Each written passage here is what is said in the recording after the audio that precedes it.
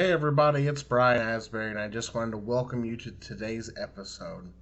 If you could, like today's episode, hit that subscribe button, and let's continue to grow the developmentally speaking brand. Today, my guest is former NXT champion, AEW World Trios champion, the leader of the House of Black, Mr. Malakai Black. How are you, sir? Very well, man. How are you? Good, can't complain. So I'm going to ask you a question you've probably been asked a million times. What made you what made you want to get into professional wrestling? I mean, I don't think my answer is going to be any different than any other individual that, you asked this question. My circumstances might be a little bit different, but I guess the answer would be, from an early age on, you get exposed to something, and in this case, professional wrestling, and yeah, it just hooked. Something about it was just, the thing that I really, really, really found fascinating. And although I don't really grew up watching WWF or WWE, I watched like a lot of New Japan growing up because that's what we had in Europe. The first encounter that I had with wrestling was a WWF thing. I had to do with Yokozuna. My dad was just flipping channels, and he just flicked on something, and I think for like 3 or 4 seconds, it was just an image of I think Yokozuna kicking money out the hands of the $1 million man. Like, he was offering something, and kicked it out of his hand, and it was just like, wait, what's that? And then my dad just continued. But that little image just it resonated with me so much. And again, I can't really explain why, but it was just like I was hooked on it. So that was, like I said, it's not the most um, crazy or convoluted answer, and it's the same as everyone else. You see it, you want to do it. You grow up with something, being a fan of something because you want to do it yourself. But because wrestling wasn't really a big thing in the Netherlands, and still to this day is not really a big thing, my circumstances were just like slightly different. So, at what age did you decide that this was going to be something you were going to pursue?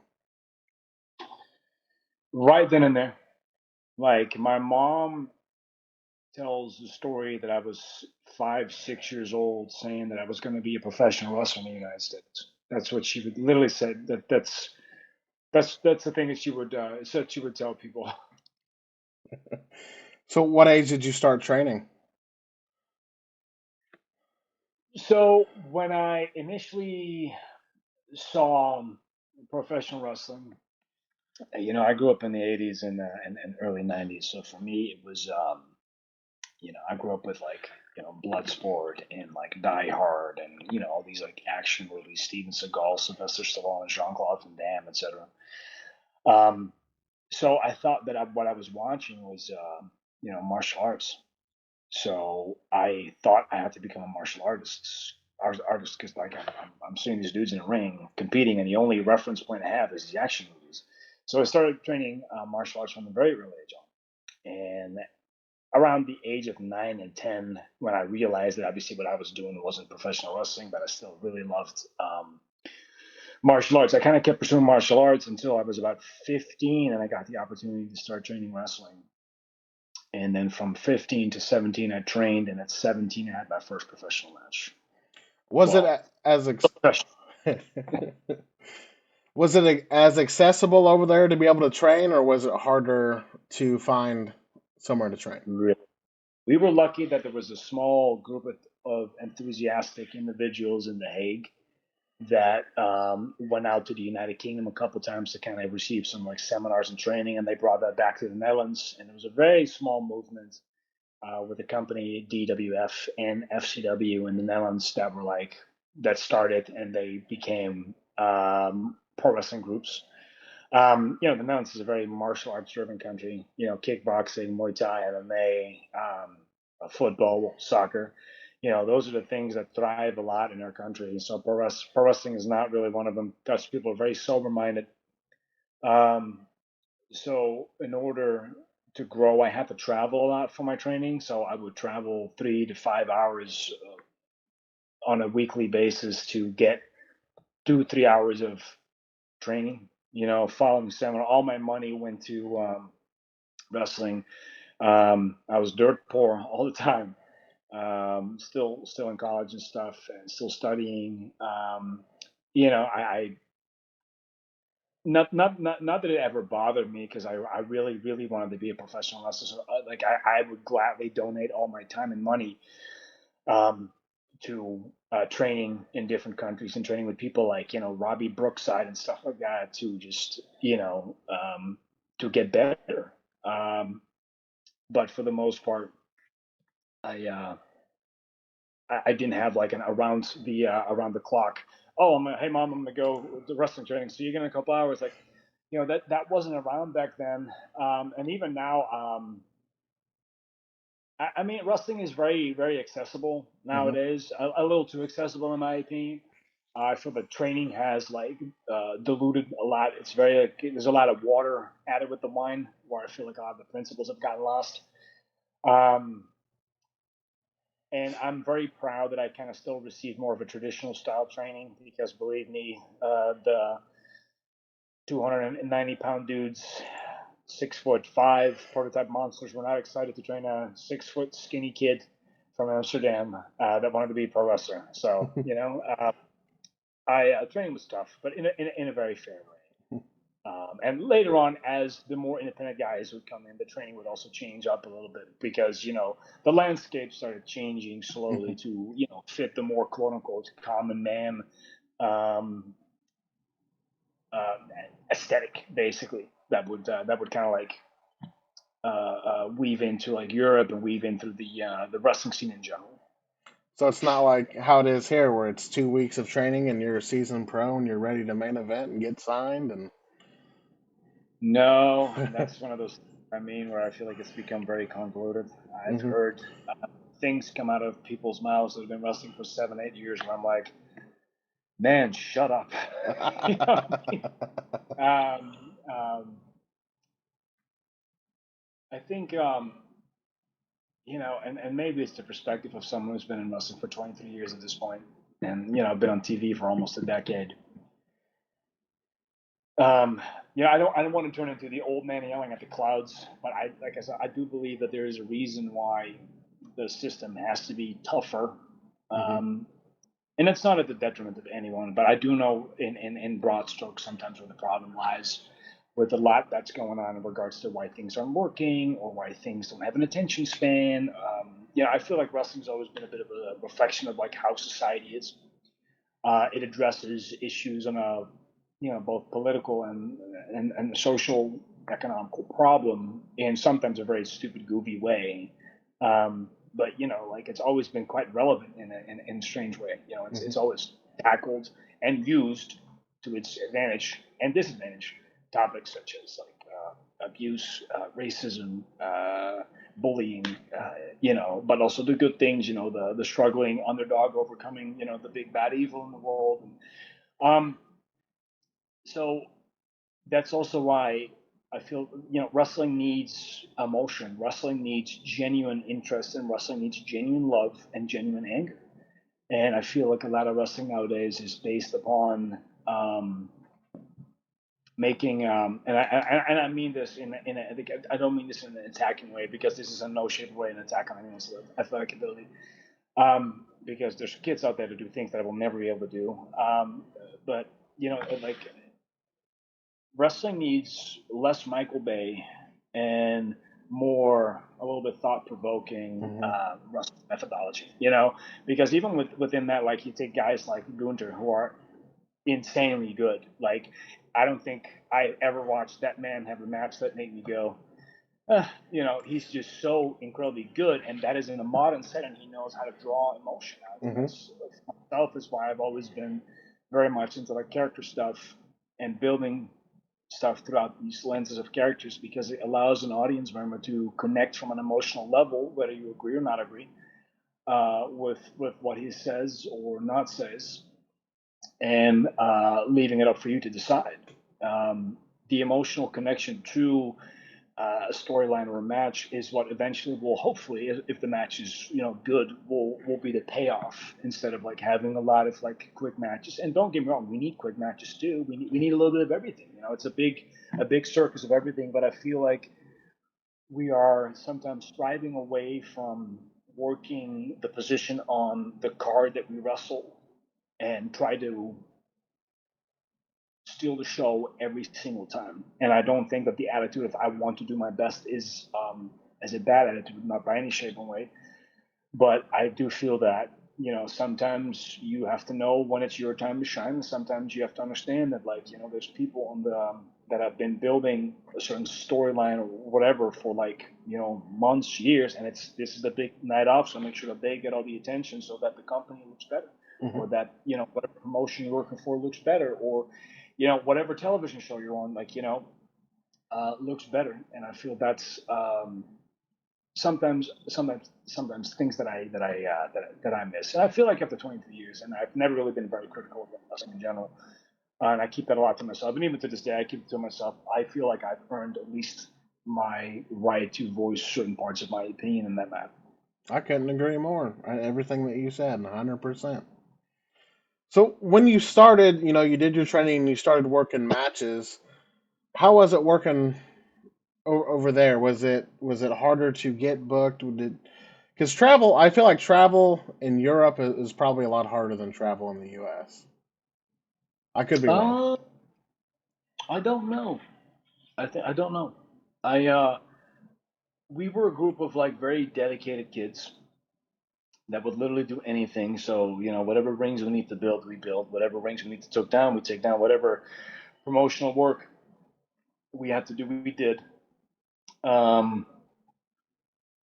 it was often that if you would attend the seminar, you would pay for the seminar, you would have a spot in a battle royal, or you would have, like, the two best students being picked by whomever is given a seminar would get like a dark match, or Hmm. kind of in that way. And we just had a group of guys that would travel consistently weekly, and we would all chip in for gas money, and then we would drive to Germany, we go to England, we go to Switzerland, we go to wherever it would take us to get what we need to do. And um, it's funny because I was in the car today and I was listening to some music, and it kind of took me back there for a second. And as much as there was a lot of hardship and a lot of, like, late nights with no sleep, going directly back to your job that you had, or, like, going back in the classroom, I'm so thankful that the road was that difficult, because even like payment wise, like, I remember one night in particular, it was a 12-hour drive to Switzerland,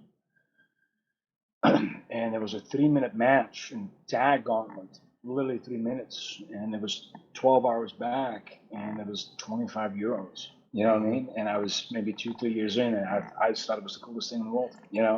I didn't regret that at all. Hmm. I loved it, and even to this day, like, I love that I was able to do that. Like, if you listen to, like, my wife's story, my wife used to travel 16 hours to get to her training almost every single weekend, and she had to, quote unquote, kind of like bend the truth a little bit as to Hmm. what she was doing towards her parents, so she could continue her training, because her parents didn't really agree with it that much. My parents were always kind of more like, "Oh, you should probably just continue your martial arts stuff. You're really good at that stuff." And I was like, "No, I don't. I did martial arts because I wanted to be a pro wrestler, and etc." So, is the travel more difficult? Well, I couldn't compare it to, because I didn't grow up in the United States Indies. I grew up Hmm. in the European Indies, and was it difficult? Yeah, but I also feel it was a different time. Hmm. It was a different era, and that doesn't mean that it's, like, easy now. But I do think that with the accessibility of professional wrestling schools and the amount of, like, quote unquote companies that pop up, or the amount of people that want to promote single shows, it's definitely a lot easier for a lot of guys to get booked or gain experience, or whichever. It's a lot more out there due to, like, the influx of, like, social media. I think we also kind of went back into a loop where professional wrestling is now very much accepted again, where it kind of Hmm. was fading out for a little bit, and now it's almost where it's that.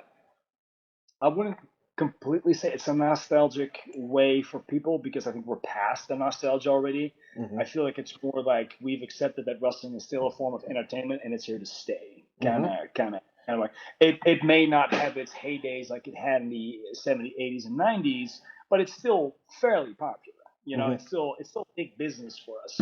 Um, so, you know, like I said, I don't know if one was more difficult than the other. Like I hear a lot of times, like I hear the old timers talk about, how they used to travel, and then I compare it to the guys that like I grew up with around the same era, about that like early 2000s to now.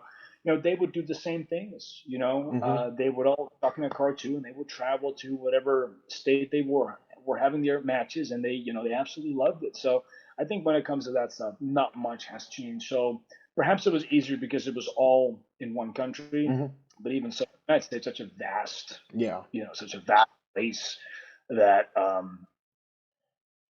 it might not be as easy maybe as I think it was in that regard. But at the same time, I don't think it was difficult for us, nor was it difficult for here. But perhaps at the same time, it was. I don't know. I wasn't here, so. Now, how long did you work over, back home before you started to get a name for yourself? So I always tell people the first 7 years of my career were absolutely terrible. Um, and maybe even longer than that. It's just because, like, it's so hard to become good at this sport, especially for someone like me who has to psychoanalyze everything he does every single day, all the time. Um, but I also am a firm believer that that's what's going to make you good if you're always very hypercritical of yourself. Um, I think around 2009, 2010, when I started kind of going a little bit more to the United Kingdom, and we just went to the United States for the first time. And a year later, we went to Big Japan for a couple tours, and that's when it kind of started rolling out. And it was also like right in the dawn of when the United Kingdom started getting their boom, Hmm. where they had that resurgence of wrestling around that 2010, 11 era, where like companies as ICW and Progress started like making waves, and then 4 or 5 years later, over the top wrestling in Ireland started like becoming a thing. So I definitely say within that 2009 to 2014 era, 2015 era, maybe even, is where I really made a name for myself, and where everybody was just like, hey, who is this guy? And I think my match in PWG against Chris Hero was the first time where a lot of people were like, "Yo, who is this dude?" So that was very cool, um, to have that moment under the sun with someone like Chris Hero, who I, in more ways than one, regard as one of my mentors. You know, but I'd say in the span of that 6 years is when I really started developing. I think when I really started kind of like ditching all the I'm trying to either be the good guy or the bad guy, and I was just like, what do you want to do, and what are you about as a human being? What do you like? Well, I like black metal, I like hardcore, I like the occult, I like this, that, and the third. I come from this background. I have a weird relationship with religion because of my childhood. I went through this and this. Let's just stick all that together and Hmm. see where it gets you. And that's kind of where that whole ordeal went. You know what I mean? Hmm. So, at what point did WWE start taking interest? I want to say about 2015. Give me a second. Oh, okay. Sorry, I heard the doorbell go. So, let's make. Sorry. About 2015, I got a Facebook message from Drake Younger, the former NXT referee, and he said, "Hey, what's a good email to reach you on? WB has asked me to bring you in touch with them because they want to offer you something." I was like, "Okay, damn. They want to offer you something," and it was an email from William Regal, who said, "Tom, we've been looking at you for a while now. We've been coming to your matches of progress. You've been scouted. We're having a trial run in Manchester. We would love you to come to Manchester. If it's up to us, you already signed, but we just want to meet you. We just want to." I'm still busy. Yeah, 5 o'clock. Well, I mean, she can say if she wants. So the other appointments are lining up. um, Sorry, and they wanted me to come over, fly over, and just have a conversation with them. I think I trained. I don't think I've trained harder in my life than I would building up to that. And here's the funny part: I never really wanted to be part of the WB. My goal was never the WB. My goal was Japan for the longest time, and I did Hmm. Japan. And it was around the time, where NXT had developed itself as this like really cool entity where a lot of the people that I used to like wrestle myself on the independent scenes were like making waves there. They were becoming stars, Sami Zayn, Finn Balor, all these. And of course, in their own respective rights, they've already stars in the independent scene. Um, but now they have this whole new platform and the quote unquote big bad WWE, the landscape of guys that are 6'5", 270, the guys that we were just talking about that weren't so eager to train me, that threshold just kind of started getting lower. And guys that were more like my size, 6'1", 200, 225 pounds ish, they were much more, revered, I think, because the whole landscape changed. And I always kind of think this has to do with like MMA where, we saw guys like Nick and Nate Diaz who didn't look like a prototype uh, um, athletes, but they were quote unquote regular dudes, and they weren't regular dudes because these dudes, they're special human beings.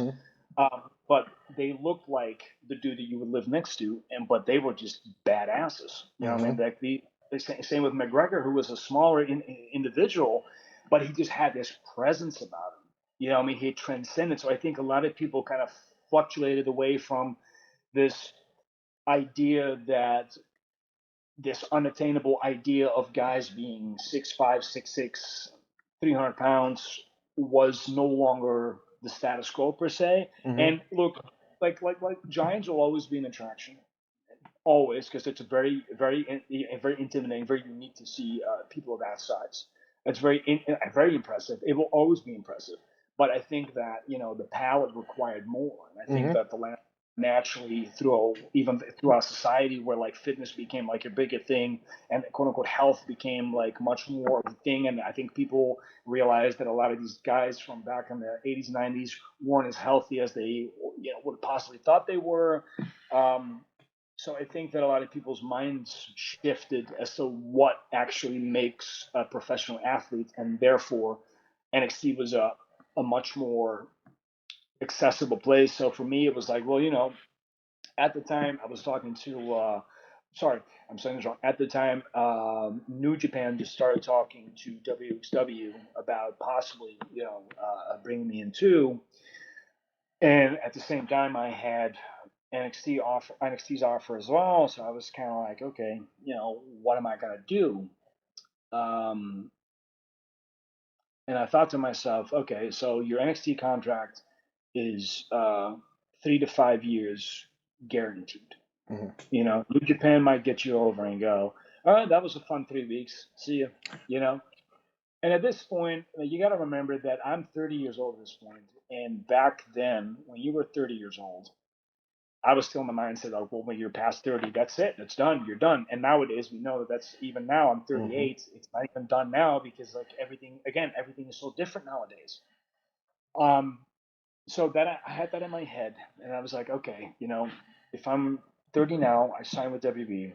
I have a 3, maybe 5 year run. Hopefully, it's pretty decent, but at least whatever happens, I will have a better financial stability, and I will be a bigger star than I am now, and it will help me in every asset. And who knows what can come of it. So for me, the logical choice was, you know, um, NXT or WWE, whatever you're gonna call it. And obviously, I'm very glad that I did that. But it was funny because like I said, never training harder. I came over there, and they were like, "Oh, we just want to talk to you." And then at one point, I kind of knew it, and that's why I trained as hard as I could because I was like, "Well, would you mind doing the tryout?" And I'm like, "Okay, I knew you guys would just wanted to hit me here to just like run." And like I was already pretty much signed. They just wanted me to see what I would do with other people and how I would mesh things and stuff like that. And I honestly, I had a blast, man. I thought the tryouts were fun. I really, really thought the tryouts were fun, and yeah, they're very tough. They're super tough, but luckily I trained so hard that I was ready, man. I had fun for 2 days straight. I had so much fun with the tryouts. I thought like I met Norman Smiley, who I thought was one of the coolest wrestlers in the world even growing up.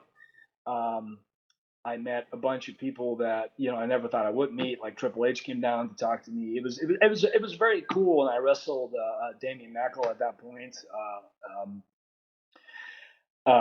Damo, big Damo from or like from Sanity. and Killian Dane, and that was very cool. So I have that cool memory with him. He was very generous. He's always been. He's a great guy. So I had a blast, man. It was very very very interesting time in my life. Absolutely.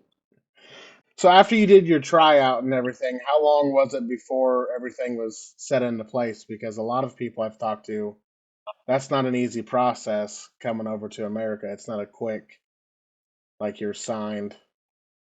Um, it wasn't, because there's a lot of paperwork involved. Hmm. You have to train your entire life, and I was a little hesitant. I've never really been a very housely person. I don't really ever felt bound by one place. I kind of consider myself a nomad for a very long time because I just moved around so much. I was never in my own home for longer than 3 days. I was Hmm. more on the road ever so. But then you start thinking because you're no longer close to your parents. You're gonna not see your brother, not see your sister. You're not gonna see your family. You're not gonna see your friends. Everything is going to change. Hmm. You're literally jumping off and attaching yourself from every single person that you've ever known to take this deep dive, right? It took me 6 months to sign my contract because I wasn't sure. So when I finally did, a lot of paperwork came through. I had to get a lot of checks. I had to get to a lot of embassies. I had to do a heap ton of stuff. And all in all, I think it took me about 9 months to get everything situated. And then when the 9 months were over, it was pretty quick. It was literally like, okay, you got everything sorted. Here's your plane ticket. I asked for the last couple of days in the Indies. They said yes. And that was that. I flew over. I had Not one bad. last tour in the United States, and that was it. Well, there you go.